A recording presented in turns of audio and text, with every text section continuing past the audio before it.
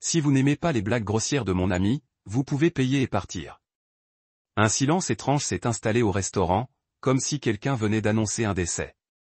Si Perdieu me fixait, attendant ma réaction.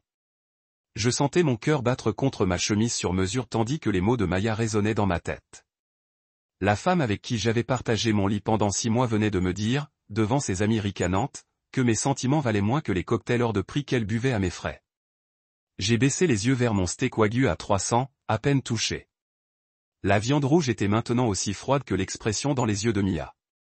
L'espace d'une fraction de seconde, je nous ai vus refléter dans l'argenterie polie. Elle, confiante et dédaigneuse. Moi, un portefeuille ambulant qu'elle en avait assez d'ouvrir. Chèque, s'il vous plaît, ai-je dit d'une voix ferme malgré l'ouragan qui faisait rage en moi. J'ai sorti ma carte Platinum et l'ai tendue au serveur sans regarder le total. Couvrir tout ce qu'ils ont commandé ce soir. Tout. Alors que je signais le ticket de caisse d'un geste théâtral, ajoutant un pourboire plus élevé que la facture hebdomadaire de la plupart des gens, j'ai aperçu une lueur dans les yeux de Mia. De la confusion. Du regret. Ça n'avait plus d'importance. J'avais été idiot pendant 6 mois, mais je ne le serai plus une minute de plus. Bonne soirée, ai-je dit en me levant et en boutonnant ma veste avec une précision délibérée. Puis, regardant Mia droit dans les yeux, j'ai ajouté, tout est payé. C'est ce que tu voulais, non? Je suis sorti sans attendre sa réponse. L'air frais de la nuit de Manhattan m'a frappé au visage comme une gifle bien méritée. Mais ce que Mia ignorait, ce qu'elle ne pouvait absolument pas comprendre, c'est que moi, Thomas Harrison, je ne gagnais pas ma vie que de négocier des contrats à plusieurs millions de dollars. Je réglais mes comptes et je ne faisais que commencer. 6 mois plus tôt, je prononçais la plaidoirie finale d'une fusion de 200 millions de dollars lorsque j'ai repéré Mia Parker pour la première fois. Pendant que tous les autres dans la salle de conférence prenaient des notes frénétiquement, elle se prélassait au dernier rang, parcourant les pages de son téléphone avec l'indifférence désinvolte de quelqu'un qui se sait la personne la plus importante de la salle. Je suis Tom Harrison, associé principal chez Bergman & Associates, l'un des cabinets d'avocats en fusion-acquisition les plus impitoyables de New York. À 30 ans, j'avais déjà conclu des transactions qui faisaient la une du Wall Street Journal. Ma réputation était simple. Je jamais perdu. Que ce soit en réunion ou au tribunal, j'étais celui qu'on appelait quand l'échec n'était pas envisageable. Ce jour-là, je portais un tailleur Tom Ford à 12 000 $ et manipulais clause et sous-clause comme des instruments chirurgicaux, décortiquant les arguments de l'opposition avec une précision clinique. J'avais simplement prononcé la phrase qui allait conclure l'affaire. Messieurs, ce n'est pas une négociation. C'est une formalité. Quand je l'ai remarqué lever les yeux de son téléphone, ses yeux ambrés croisant les miens avec ce qui semblait être un intérêt sincère, une fois la réunion terminée et les mains serrées, elle s'est approchée d'un pas assuré, à la hauteur de l'audace de sa robe à fleurs, dans une salle remplie de costumes bleu marine. C'était une sacrée performance, a-t-elle dit en tendant une main parfaitement manucurée. Mia Parker, je couvre les hommes derrière l'argent de mes plateformes. Sa poignée de main était ferme, son sourire mesuré. Habilement exercé, je m'en suis rendu compte plus tard. De près, j'ai remarqué comment ses yeux changeaient de couleur sous les néons, passant de l'ambre au miel, puis à une teinte proche de l'or. Tom Harrison, ai-je répondu, intrigué malgré moi. Quelle plateforme serait-ce? Elle a ri, d'un rire à la fois expérimenté et étonnamment sincère. On ne sait jamais. J'ai 3 millions d'abonnés sur mes chaînes. Je suis une figure incontournable du monde du lifestyle. Il y avait quelque chose de rafraîchissant dans sa franchise, dans un monde où tout le monde s'exprimait par paragraphes soigneusement construits, conçus pour ne rien révéler. J'aimerais vous interviewer, a-t-elle poursuivi en sortant son téléphone. Mon public vous dévorerait tout entier, a-t-elle fait un geste vague vers moi. L'esthétique d'une avocate de pouvoir. De plus, je n'ai jamais présenté quelqu'un capable de détruire la carrière d'un homme d'un simple point-virgule. Je me suis retrouvé à accepter avant même d'avoir traité la demande. Ce n'était pas mon genre. J'analyse tout, j'envisage tous les angles, j'anticipe les faiblesses. Mais avec Mia, j'ai simplement dit oui. Notre premier entretien autour d'un café s'est transformé en dîner chez Lernard. Le dîner a été suivi d'un verre dans un bar clandestin de l'East Village dont j'ignorais l'existence. L'apéritif a ensuite été suivi d'une promenade au lever du soleil le long de l'Hudson, où elle a photographié la lumière se reflétant sur l'eau et m'a expliqué. Différence entre contenu et narration. N'importe qui peut publier une belle photo, dit-elle en me montrant celle qu'elle venait de capturer.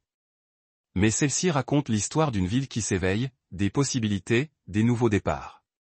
À la fin de sa phrase, elle me regardait au lieu de regarder son téléphone. 2 semaines plus tard, elle emménageait dans mon appartement de Tbeka. Vivre avec Mia, c'était comme tenter de contenir une supernova entre 4 murs. Brillant, imprévisible et parfois destructeur. Elle a transformé mon espace minimaliste en une véritable page de résumé d'architecture, avec des coussins absurdes qui semblaient se multiplier quand je ne regardais pas, et des œuvres d'art plus chères que ma première voiture. Ton appartement était tellement ennuyeux, déclara-t-elle lorsque je m'interrogeais sur l'apparition soudaine d'un pouf rose fluo dans mon salon. On aurait dit une chambre d'hôtel chic où personne ne vit.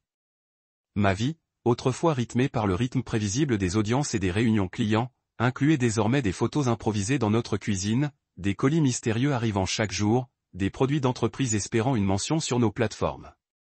Quand Yann rentrait après 14 heures passées à négocier des contrats, je la trouvais baignée de lumière annulaire, parlant au téléphone des vertus transformatrices d'une crème visage hors de prix ou du luxe durable de basket à $900. Mais il y avait aussi de la magie dans tout cela. Mia vivait pleinement dans le présent. Pendant que je planifiais sur 5 ans, calculant les risques et les bénéfices, elle savourait chaque once de joie du moment présent. Elle m'entraînait à des expositions d'art underground et dans des entrepôts reconvertis, dans des restaurants miteux dont la cuisine me faisait reconsidérer ma perception des saveurs, et à des soirées sur les toits avec des gens dont j'avais vu les noms dans des magazines sans jamais m'attendre à les rencontrer. Tu travailles tellement dur pour gagner de l'argent, m'a-t-elle dit un jour, alors que nous regardions le lever du soleil depuis un toit de Brooklyn après une nuit imprévue. Mais tu oublies de le dépenser avec plaisir. Elle n'avait pas tort. Avant Mia, pour moi, se faire plaisir se résumait à un surclassement en première classe ou à l'achat d'une montre hors de prix. Elle m'a appris que l'argent pouvait acheter des expériences, pas seulement des symboles de statut social. Faire l'amour avec Mia ne ressemblait à rien de ce que j'avais connu auparavant. Elle l'abordait avec le même enthousiasme décomplexé qu'elle mettait à tout le reste. Dans mes relations précédentes, l'intimité était agréable mais prévisible. Avec Mia, c'était une aventure en constante évolution. Vous a-t-on déjà dit qu'on faisait l'amour comme si on suivait un dossier juridique? Elle a demandé un soir, au début de notre relation. Première étape, se déshabiller. Deuxième étape, préliminaire pendant exactement 7 minutes. Troisième étape, passer à l'acte principal. J'ai d'abord été offensé, mais elle a ri et m'a expliqué clairement ce qu'elle voulait dire. Après cette nuit-là, je n'ai plus jamais abordé notre chambre avec une stratégie. Au bout de 3 mois, j'étais plus impliqué que jamais avec qui que ce soit. Je me suis surpris à consulter mon téléphone pendant les dépositions, à sourire à ses textos. Les associés principaux l'ont remarqué. L'un d'eux m'a même pris à part après que j'ai reprogrammé un rendez-vous client pour accompagner Mia à un lancement de produit. Harrison, tu es l'un de nos meilleurs, a dit Howard Bergman lui-même, son visage buriné ridé par l'inquiétude. Mais tu as été distrait ces derniers temps. Ne laisse pas un beau minot ruiner ce que tu as construit. J'ai vu ça arriver à des hommes 2 fois plus intelligents que toi. Je lui ai assuré que tout allait bien, et professionnellement, c'était le cas. Je concluais toujours des affaires, je travaillais toujours. Mais pour la première fois, le travail ne faisait pas tout. J'organisais mes week-ends en fonction de l'emploi du temps de Mia, en tenant compte d'elle et des décisions que je prenais auparavant seul. Un soir, alors que nous étions au lit, Mia parcourait les commentaires de sa dernière publication pendant que je révisais un contrat. Elle m'a demandé sans lever les yeux, « Tu penses pouvoir quitter New York pour un client ?» Oui, temporairement, ai-je répondu en soulignant une clause à revoir. Non, je veux dire pour vivre. Mes abonnés réagissent vraiment à mes articles de voyage. Je pense devenir plus nomade. J'ai levé les yeux de mon travail. Tu veux dire voyager indéfiniment? Elle a haussé les épaules, toujours en train de faire défiler les pages. Pourquoi pas? Je peux travailler de n'importe où, et tu es déjà bien doté. Tu pourrais probablement prendre ta retraite maintenant si tu voulais. Prendre ta retraite? J'ai failli rire. J'ai 35 ans, Mia. Je commence à peine à prendre mon rythme. Mais imagine tous les endroits qu'on pourrait visiter ensemble, dit-elle en posant enfin son téléphone. Bali, Tokyo, Santorin. Tu pourrais faire du conseil à distance, ou quelque chose comme ça.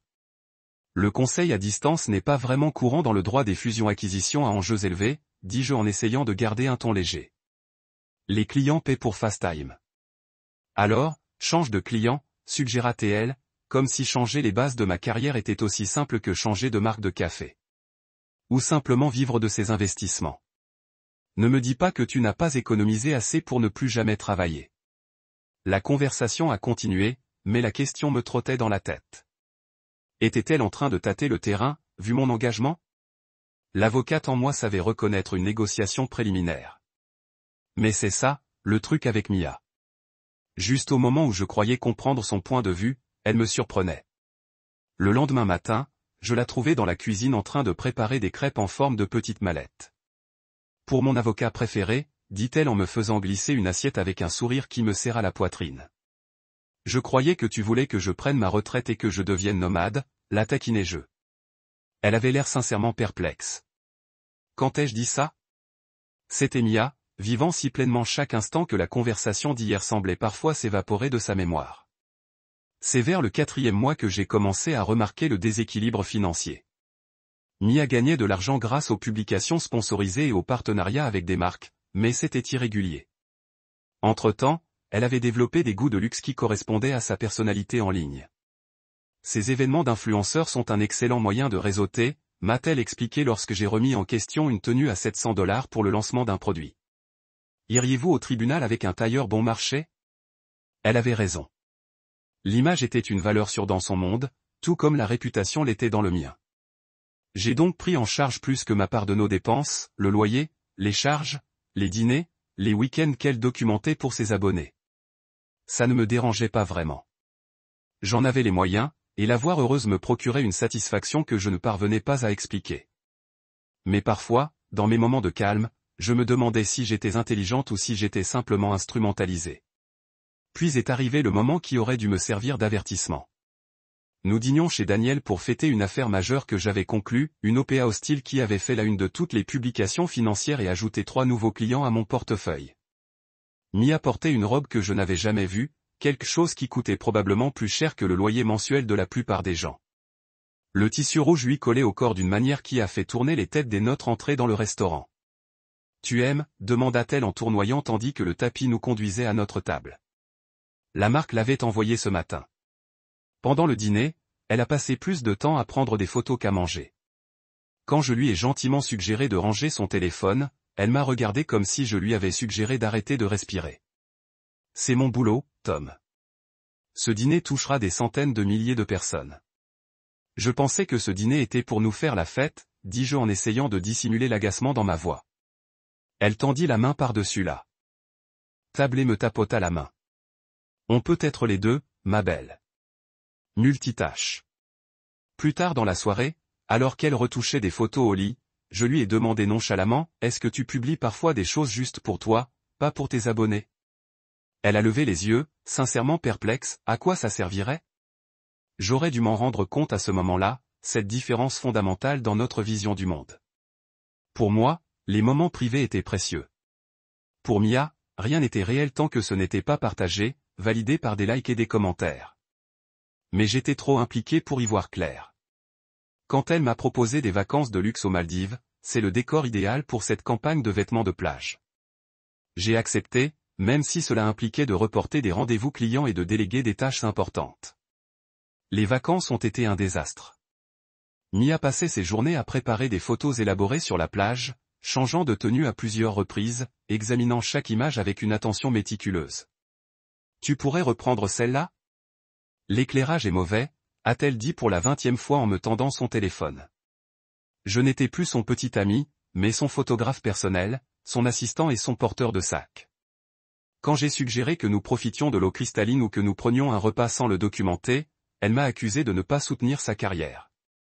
Le dernier soir, alors que nous étions assis à un dîner romantique que j'avais organisé, avec chef privé et table au bord de la plage, elle a passé tout son temps à répondre aux commentaires sur son dernier post.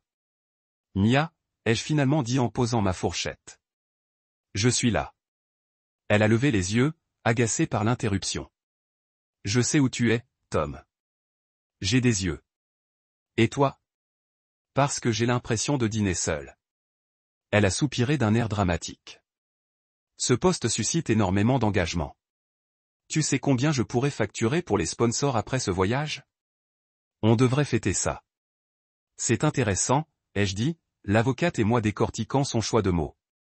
Ce voyage était censé être pour nous, mais il n'a été consacré qu'à toi et à ton contenu.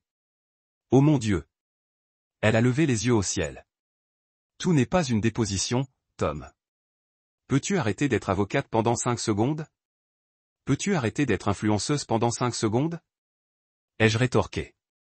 Elle a alors posé son téléphone, sans toutefois faire de concession. Ses yeux se sont plissés.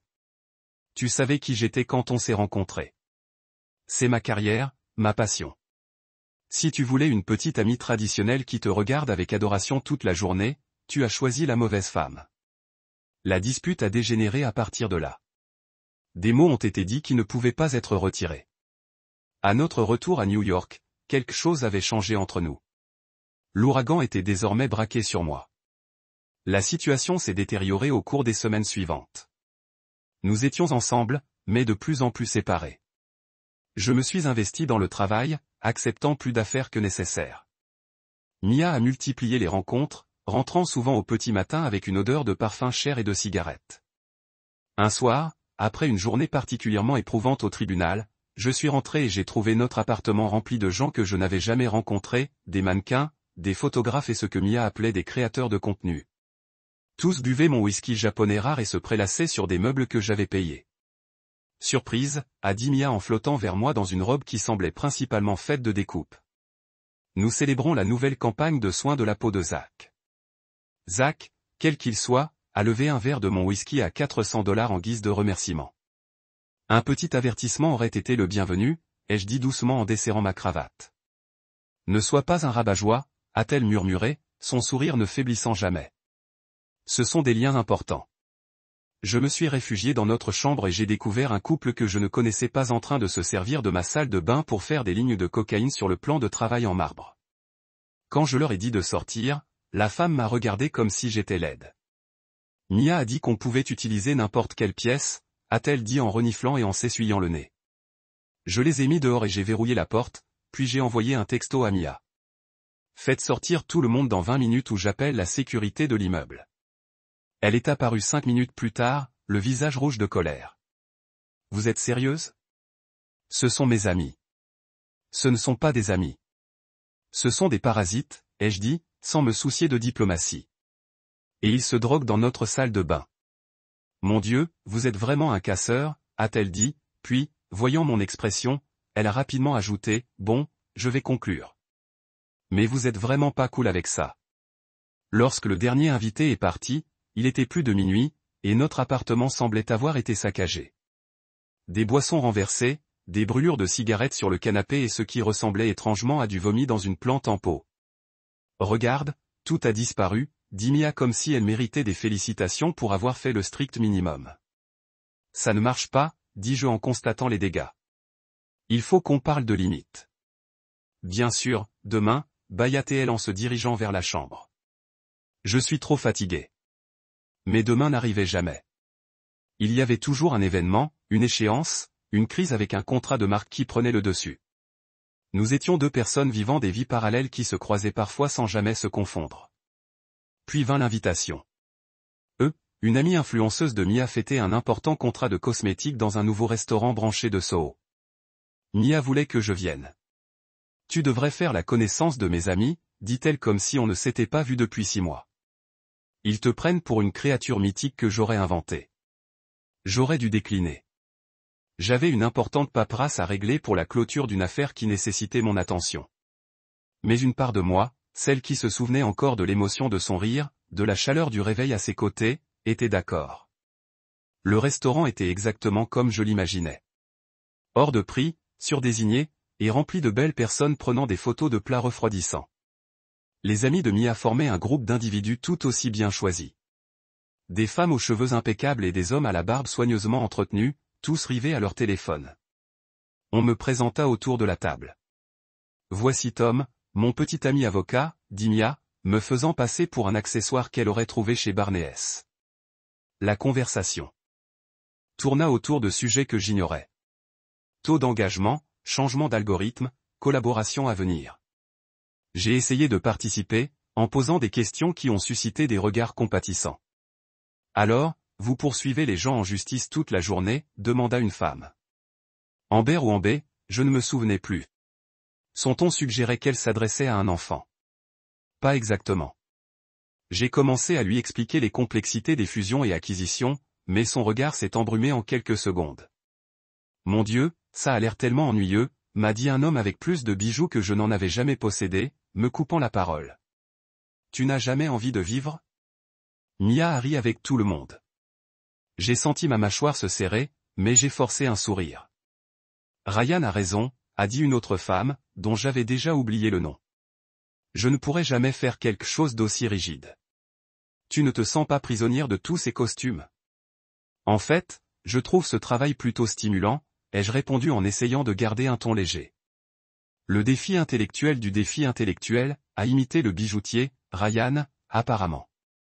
Écoute-le, Mia. Il parle comme ça au lit aussi? Je trouve ton corps plutôt stimulant. Le défi intellectuel de localiser le clitoris. La table a éclaté de rire. J'ai senti le feu me monter au visage, non pas de gêne, mais de colère. J'ai regardé Mia, m'attendant à ce qu'elle intervienne, pour faire preuve de loyauté.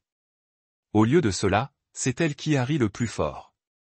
Arrêtez, les gars, a-t-elle dit, sans le vouloir du tout. Tom n'est pas si robotique. En fait, il est très consciencieux. Plus de rire, plus de blagues à mes dépens. Des commentaires sur la façon dont je range probablement mon tiroir à chaussettes par couleur. Des questions sur la nécessité de prévoir la spontanéité des semaines à l'avance. Facturez-vous Mia à l'heure, demanda Ryan avec un sourire narquois. C'est pour ça qu'elle vérifie toujours l'heure quand vous êtes ensemble? Ça a touché une corde sensible. Mia était effectivement distante ces derniers temps, toujours pressée de passer nos moments de plus en plus rares ensemble. Je parie qu'il lui fait signer un accord de confidentialité avant de faire l'amour, ajouta une autre voix. C'est pas ce que vous faites tous, vous les gens d'entreprise, maintenant? En fait, dis-je, ma voix coupant les rires, un accord de confidentialité serait inutile dans ce contexte. Ce que vous pensez, c'est un accord de non-dénigrement, qui empêcherait Mia de faire exactement ce qu'elle fait maintenant, c'est-à-dire de laisser les gens ridiculiser son partenaire pour un divertissement bon marché. La table resta silencieuse un instant, puis Ryan se pencha en avant. Waouh, cet avocat a des griffes. On t'a blessé? Je me suis retourné vers Mia, mon expression indiquant clairement que j'en avais assez, mais elle était occupée à ajuster la disposition des boissons pour une photo. Mia, ai-je dit doucement. On pourrait peut-être changer de sujet? Elle a levé les yeux, agacée par l'interruption. Pourquoi? Il plaisante, c'est tout. À mes dépens, j'ai fait remarquer que ça commençait à devenir un peu lassant. La table s'était tue. Tout le monde regardait notre échange avec l'intérêt avide de spectateurs à un match de tennis. Oh mon Dieu, a soupiré Mia d'un ton dramatique. Il s'amuse, c'est tout. Tout n'a pas besoin d'être si sérieux. Je ne demande pas de sérieux, juste un peu de respect. Ryan a ricané. Le respect, ça se mérite. Costume. Je l'ai ignoré, gardant les yeux fixés sur Mia. Pourrais-tu me soutenir? Ce sont tes amis, et ils sont impolis. C'est alors qu'elle a dit cela d'un geste dédaigneux du poignet et d'un roulement des yeux qui a clairement montré ma position dans son estime. Si tu n'aimes pas les blagues grossières de mon ami, tu peux payer et partir. Le silence se fit à la table, si perdu rivé sur moi, attendant ma réaction. La main impeccablement manucurée de Mia était toujours levée, son visage ne trahissant aucun regret. Je baissai les yeux vers mon steak à $300, à peine touché. L'éclairage ambiant du restaurant chic me parut soudain trop intense, la musique trop forte, ma cravate en soie me donna l'impression de m'étouffer. D'accord, dis-je d'une voix ferme malgré le tremblement de terre qui me secouait la poitrine. Je pris mon portefeuille, sortis ma carte Platinum et fis signe au serveur. Veuillez payer. L'addition arriva, plus de $2000 pour des boissons premium et à peine touché l'entrée. J'ajoutai un généreux pourboire, signé d'un geste théâtral et me levai. Bonne soirée, dis-je à l'ensemble de la table, puis je regardai Mia droit dans les yeux. Tout est compris, y compris les boissons commandées avant notre arrivée. Son expression vacilla. Surprise, confusion, peut-être un soupçon de remords. Mais je n'attendis pas pour analyser la situation. Je me suis retourné et je suis sorti, l'air frais de la nuit me frappant le visage comme un réveil. Dans le taxi, mon esprit, entraîné par des années de formation et de pratique juridique à déceler les schémas et les leviers, s'est mis à fonctionner. Mia avait fait une proposition sans le savoir, et j'en avais accepté les termes. Arrivé à notre appartement, un plan avait pris forme. J'ai préparé un sac pour la nuit et je me suis enregistré au Four Seasons. Puis, j'ai appelé mon assistant, Daniel, habitué à mes horaires décalés et à mes instructions précises. J'ai besoin que tu prépares des documents. J'ai commencé, assis au bord du lit de l'hôtel, et je dois les avoir prêts pour demain matin.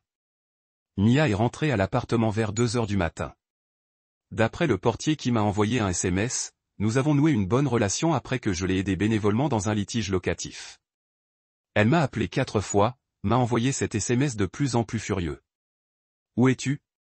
Tu piques sérieusement une crise? C'est tellement puéril, Tom. D'accord, sois comme ça. Je vais dormir. En fait, je n'arrive pas à dormir parce que tu es bizarre. Appelle-moi. Bonjour. Peu importe. Je n'ai répondu à aucun d'entre eux.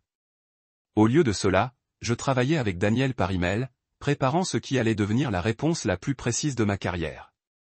À 9 heures précises, alors que je savais que Mia allait se réveiller, elle ne s'est jamais levée avant 9 heures, prétextant que les matins matinaux étaient réservés aux gens sans passion. Daniel a remis une enveloppe en main propre à notre appartement. À l'intérieur se trouvait une lettre à en-tête officielle de mon entreprise, accompagnée d'une feuille de calcul méticuleusement détaillée. La lettre disait, « Chère Madame Parker, conformément à l'accord verbal conclu le soir du 15 juin 2023, dans lequel vous avez défini les termes de notre relation comme étant le salaire et les congés, je vous fournis par là. Présente un compte rendu complet des dépenses partagées engagées pendant notre période de cohabitation du 10 janvier 2023 au 15 juin 2023. Comme vous le constaterez dans la documentation ci-jointe, j'ai déjà couvert 100% de nos dépenses communes, y compris, mais sans illimité, le loyer et les charges de la propriété située au 4 et 5 Greenwich Street 7B. Toutes les expériences culinaires partagées. Détaillez les détails en page 25. Frais de déplacement pour nos voyages à Miami, Aspen et les Maldives. Divers achats partagés, notamment l'ameublement, les abonnements au divertissement et les services de transport. Compte tenu des précisions que vous m'avez apportées hier soir, je vous demande le remboursement de votre part de 50% de ces dépenses, soit un total de 126 742,58 $.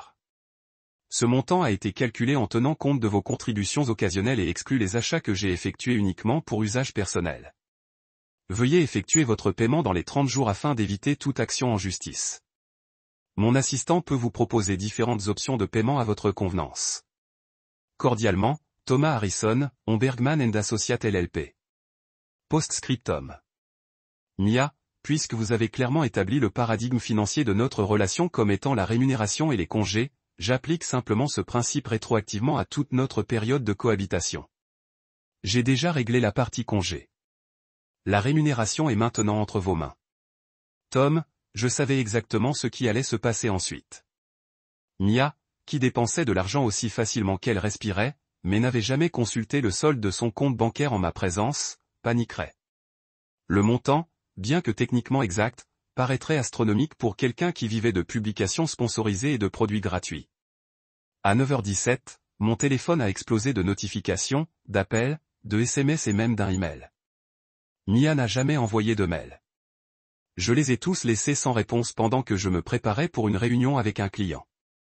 À 10h30, elle est apparue à mon bureau, quelque chose. Elle n'avait jamais fait ça auparavant. Mon assistante, suivant mes instructions, lui a dit que je n'étais pas disponible, mais lui a proposé une place dans la salle d'attente aussi longtemps que nécessaire. Elle a attendu 3 heures. Quand je suis enfin sorti de mon vrai rendez-vous, j'ai fait un signe de tête à Daniel, qui est parti promptement en fermant la porte derrière lui. Mia avait changé. Son maquillage habituellement parfait était minimaliste. Ses cheveux étaient tirés en arrière en une simple queue de cheval. Elle portait un jean et un pull uni, ses vêtements de vraie personne, comme elle les appelait, réservés aux jours où elle ne créait pas de contenu. « Qu'est-ce que c'est que ça ?» a-t-elle demandé en agitant la lettre. « Je crois que le document est explicite », ai-je répondu en m'appuyant contre mon bureau. « Tu as établi des conditions. Je m'y conforme. C'est insensé. Plus de 100 000 $. Tu ne peux pas être sérieuse. Je suis toujours sérieuse avec les accords financiers, Mia. C'est littéralement mon boulot. Elle arpentait le bureau, son sang-froid se brisant. C'est parce que je ne t'ai pas défendu contre quelques plaisanteries. Tu es si mesquine. Non, dis-je calmement. C'est parce que la nuit dernière m'a clairement fait comprendre quelque chose. Tu me vois comme un distributeur automatique de billets avec un pot. Tu as été ravi de me laisser financer ton train de vie, mais quand est venu le moment de te montrer un minimum de respect, tu n'as pas voulu te donner la peine. Ce n'est pas juste.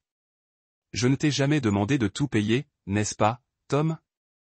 Ce restaurant serait parfait pour mon fil d'actualité. Tom, mes abonnés adoreraient le contenu d'Emerald.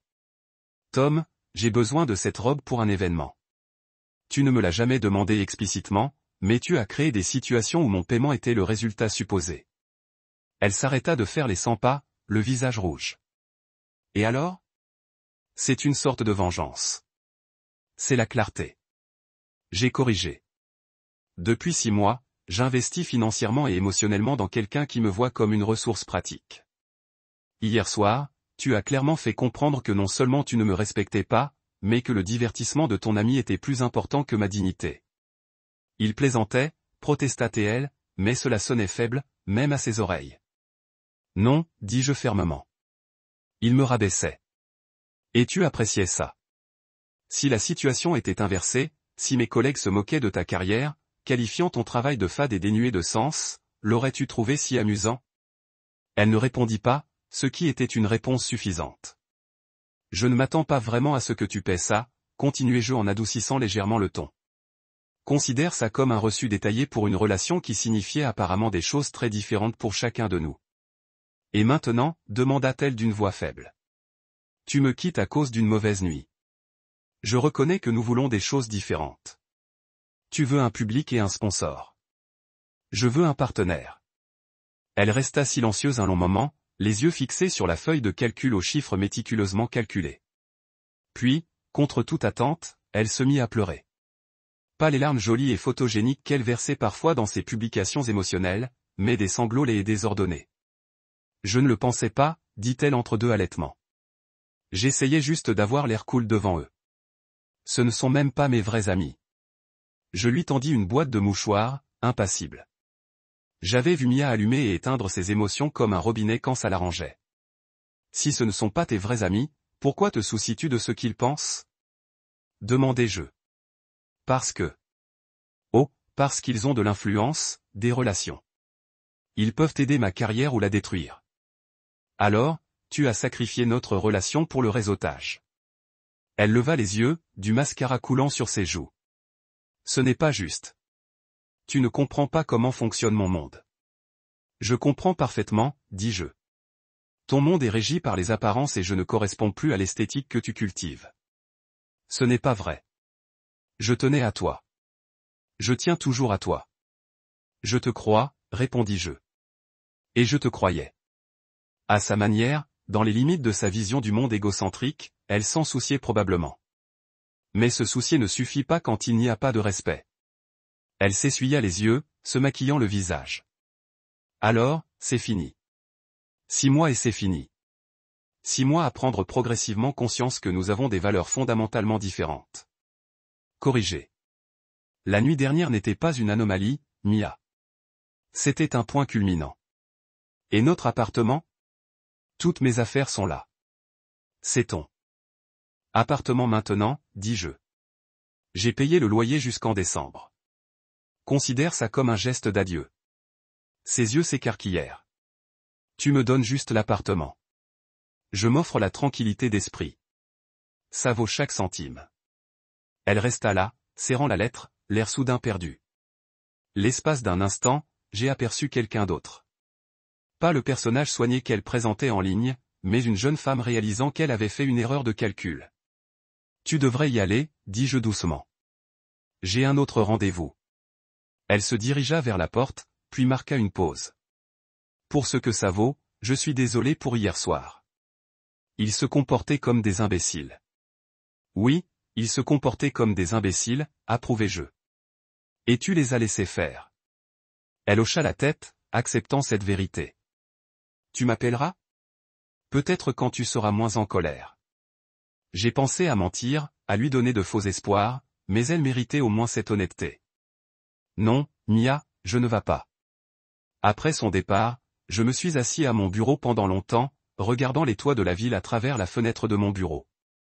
J'avais passé des années à construire une vie axée sur la réussite, la sécurité, les progrès à terme. Mia avait apporté le chaos et la couleur et une sorte de joie téméraire que je n'avais jamais connue. Mais elle avait également apporté une profonde solitude. Le type spécial qui n'existe que lorsque vous êtes avec quelqu'un qui ne vous voit pas vraiment. Mon téléphone bourdonnait d'un texte d'elle. Je n'ai jamais voulu te blesser. C'était peut-être vrai, mais l'intention n'a pas effacé l'impact. Comme je l'ai souvent dit aux clients traitant des ruptures de contrat, les dommages n'ont pas été causés en une seule soirée, mais dans un modèle de comportement qui a révélé une vérité fondamentale. J'étais précieuse pour elle principalement en tant que ressource, pas en tant que personne. Les conséquences étaient désordonnées, comme les ruptures le sont souvent. Mia a lancé une campagne sur les réseaux sociaux se décrivant comme la victime d'un avocat au cœur du froid qui a calculé l'amour comme une transaction commerciale. Ses partisans ont inondé mes comptes professionnels de commentaires en colère. Un fan particulièrement zélé a même appelé l'entreprise exigeant Firez-moi pour une cruauté émotionnelle. Howard Bergman m'a appelé dans son bureau après cet incident. Vous voulez expliquer pourquoi nous obtenons des menaces de mort des adolescentes ? Demanda-t-il, se penchant en arrière sur sa chaise. Je lui ai donné la version abrégée des événements. Quand j'ai fini, il resta silencieux un instant, puis rit, un son rare d'un homme connu pour son stoïcisme. Harrison, je suis marié depuis 40 ans et je n'ai jamais compris complètement les femmes, mais une chose que je sais, ne sors jamais avec quelqu'un qui apprécie l'attention plus que la connexion. Leçon apprise, je lui ai assuré. Bon. Maintenant, à propos de cette fusion Johnson. Et juste comme ça, la vie est revenue à son rythme ordonné. J'ai travaillé tard, j'ai gagné des cas, ajouté des clients. En surface, tout était de retour à la normale. Sauf que ce n'était pas le cas. Mia m'avait changé d'une manière que je commençais à comprendre. Je me suis retrouvé à remarquer des choses que j'avais auparavant négligées. La qualité de la lumière à différents moments de la journée, le bleu spécifique du ciel après une tempête de pluie. Les variations subtiles de la foule dans mon café préféré. 2 semaines après notre rupture, j'ai reçu un appel d'un numéro inconnu en tribunal. Je l'ai ignoré, mais le même numéro appelait à nouveau immédiatement après. En entrant dans le couloir, j'ai répondu « Est-ce Thomas Harrison ?» demanda une voix féminine. En parlant, Jenny rit du style de vie. J'appelle votre relation avec Mia Parker. J'ai presque raccroché, mais quelque chose m'a fait demander quoi de ça. Elle a fait des affirmations intéressantes sur les réseaux sociaux. Nous aimerions obtenir votre équipe avant de gérer notre histoire. Pas de commentaires, dis-je automatiquement. Monsieur Harrison, elle prétend que vous avez surveillé ses dépenses, contrôlé ses mouvements et la chanté maintenant avec des menaces financières. Ce sont de graves allégations. J'ai ressenti une fureur froide contrairement à tout ce que j'avais vécu dans une salle d'audience. Envoyez-moi les affirmations spécifiques. Mon avocat vous contactera dans l'heure. J'ai appelé Daniel immédiatement. J'ai besoin que vous tirez chaque reçu, chaque SMS, chaque email entre moi et me procure Simon Bennett au téléphone. Simon était l'avocat en diffamation de notre cabinet, un homme qui avait fait rétracter les médias avec un seul téléphone appel. Dans cet après-midi, nous avions compilé un dossier complet de ma relation avec Mia, y compris des textes où elle avait demandé de l'argent, des reçus pour les cadeaux qu'elle avait demandés et des publications sur les réseaux sociaux où elle s'était vantée du style de vie dont nous avons apprécié. Simon a appelé le service juridique de Lifestyle. Je n'étais pas au courant de la conversation, mais l'histoire n'a jamais couru. Au lieu de cela, la publication a publié une déclaration neutre sur la fin d'une relation entre l'influenceur Mia Parker et l'éminent avocat Thomas Harrison. Ce soir-là, j'ai reçu un autre texte de Mia. Vous n'aviez pas à les menacer d'un procès. J'ai répondu, pour la première fois depuis notre rupture, je n'ai menacé personne. J'ai simplement fourni des preuves de la vérité. Ma carrière est en train de tanker à cause de vous, a-t-elle ramené immédiatement. Les marques me laissent tomber. Votre carrière est le tanking parce que vous avez menti. J'ai corrigé. Les actions ont des conséquences, Mia. Elle n'a pas répondu, mais le lendemain, elle a publié de vagues excuses sur ses plateformes, affirmant que les émotions ont eu raison de moi, et elle a peut-être exagéré certains aspects de notre relation. Ses partisans semblaient confus, mais les dommages à sa réputation étaient déjà causés. Plusieurs marques ont publiquement mis fin à leur partenariat avec elle, citant les problèmes d'alignement des valeurs. 3 semaines plus tard, je finalisais les documents sur une acquisition majeure lorsque Daniel a frappé à ma porte. « Monsieur, il y a une livraison pour vous. » Il m'a tendu un petit paquet et une note manuscrite. Le package contenait un chèque de 10 000 $, une fraction du montant de ma liste détaillée, mais plus que je ne m'attendais à recevoir. La note disait « Oh, Tom, c'est tout ce que je peux me permettre en ce moment. J'ai vendu des sacs et des bijoux. Je sais que ce n'est pas le montant total, mais c'est un début. Moi-même pour dormir la plupart du temps à la cruche. Voulais que tu saches que tu m'as appris quelque chose d'important à propos de la valeur. Qu'est-ce qu'il a et ce qui ne le fait pas? Moi un post-script. Je reçois un vrai travail. Les médias sociaux ne fonctionnent pas de toute façon. L'algorithme a à nouveau changé. Je mets le chèque dans mon tiroir de bureau, jamais l'intention de l'encaisser. L'argent n'avait jamais été le point. Plus tard dans la soirée, alors que je travaillais tard au bureau, une habitude dans laquelle je me suis retourné sans l'ouragan de Mia me tirant vers d'autres expériences, j'ai reçu une notification sur mon téléphone. C'était d'Instagram, une application que je suis rarement utilisée. Mia avait posté quelque chose et m'avait tagulé. Contre mon meilleur jugement, je l'ai ouvert. C'était une photo simple de notre appartement, ma moitié maintenant vide. La légende disait, vérification de la réalité. Parfois, la chose la plus chère dans la vie est d'apprendre ce qui compte vraiment. Aucun filtre ne peut corriger de véritables erreurs. Texte en grandissant. Responsabilité. Les commentaires étaient un mélange de confusion de ses disciples. Où est toutes les choses de votre tournée d'appartement? Et les platitudes de soutien. J'ai fermé l'application sans répondre ni aimer le post. Quel que soit le voyage que Mia était maintenant, c'était séparé du mien. Mais j'ai ressenti une légèreté surprenante, un sentiment qu'elle avait peut-être appris quelque chose de précieux de notre temps ensemble, tout comme moi. Mon téléphone a sonné. C'était Daniel. Monsieur Bergman veut savoir si vous êtes intéressé à diriger le nouveau bureau à Chicago. Ils ont besoin de quelqu'un pour diriger l'expansion, et il vous a spécifiquement demandé. J'ai regardé autour de mon bureau à la vie que j'avais construite si attentivement. Pendant un moment, j'imagine ce que dirait Mia. Probablement quelque chose à propos de la scène culinaire de Chicago est totalement sous-estimé sur le social ou comment la lumière au large du lac Michigan serait parfaite pour le contenu. Mais Mia ne faisait pas partie de cette décision. Pour la première fois depuis des mois, je ne pensais qu'à ce que je voulais. Dites-lui que je suis intéressé, dis-je. Et Daniel, réservez-moi un vol pour Chicago pour ce week-end. Je veux voir la ville, pas seulement l'intérieur des immeubles de bureaux. Bien sûr, monsieur. Autre chose? J'ai pensé au chèque de Mia assis dans mon tiroir. Oui. Faites un don de 10 000 $ à la société d'aide juridique, donateur anonyme. Tout de suite, monsieur. Alors que je raccrochais, j'ai réalisé que je fredonnais le même morceau que je fredonnais apparemment en faisant du café. Je ne savais même pas que je l'avais fait jusqu'à ce que la note de Mia ne le mentionne. Le lendemain matin, j'ai vu le visage de Mia sur les nouvelles locales. Le titre m'a choqué. La star des médias sociaux a hospitalisé après la rupture. Selon le journaliste, elle avait été trouvée désorientée, marchant pieds nus dans Central Park à 3 heures, sanglotant de façon incontrôlable de perdre tout ce qui comptait. Une partie de moi voulait tendre la main pour s'assurer qu'elle allait bien. J'avais même mon téléphone en main, son numéro à l'écran. Mais ensuite je me suis souvenu de la vérité fondamentale que nous avions tous les deux apprise. Parfois, la chose la plus gentille que vous puissiez faire pour quelqu'un est de les laisser faire face aux conséquences de ses actions seules. C'est ainsi que la croissance réelle se produit. C'est étrange les choses que les autres remarquent sur nous que nous ne nous voyons jamais. Des étrangers sont toujours les leçons que nous apprenons des gens qui entrent brièvement dans nos vies mais quittent des marques durables. Mia m'avait appris à vivre davantage dans l'instant. Je lui avais appris quelque chose sur les conséquences. Échange juste, pas de vol. Case fermée.